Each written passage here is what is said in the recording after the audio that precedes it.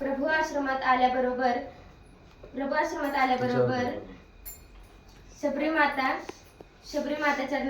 शबरीमाता चरणांवर लोटांगण घातले. शबरीमाता चरणांवर लोटांगण घालते. प्रभूंनी दोन्ही हातांनी तिला उठवलं.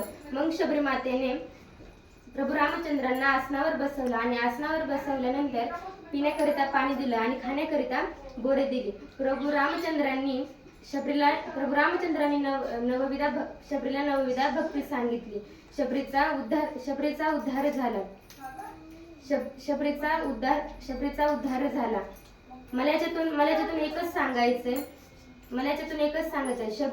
प्रभू रामचंद्र शबरी मातेकडे आले, आवडीने बोरे खाल्ली आणि शबरी भक्ती पाहत असताना प्रभू रामचंद्रांनी विचार केला का की शबरी बिल्ली नाही म्हणून मातंग ऋषींनी सांगितलं भजन कर. मग मातंग ऋषींनी विचार केला का की शबरी बिल्ली नाही म्हणून.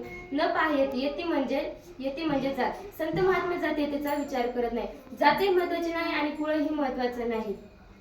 खऱ्या अर्थाने परमार्थिक अंतकरण महत्वाचं आहे. म्हणून न पाहायचे कुळाचा विचार भक्त करुणा कर ज्ञानाबाई.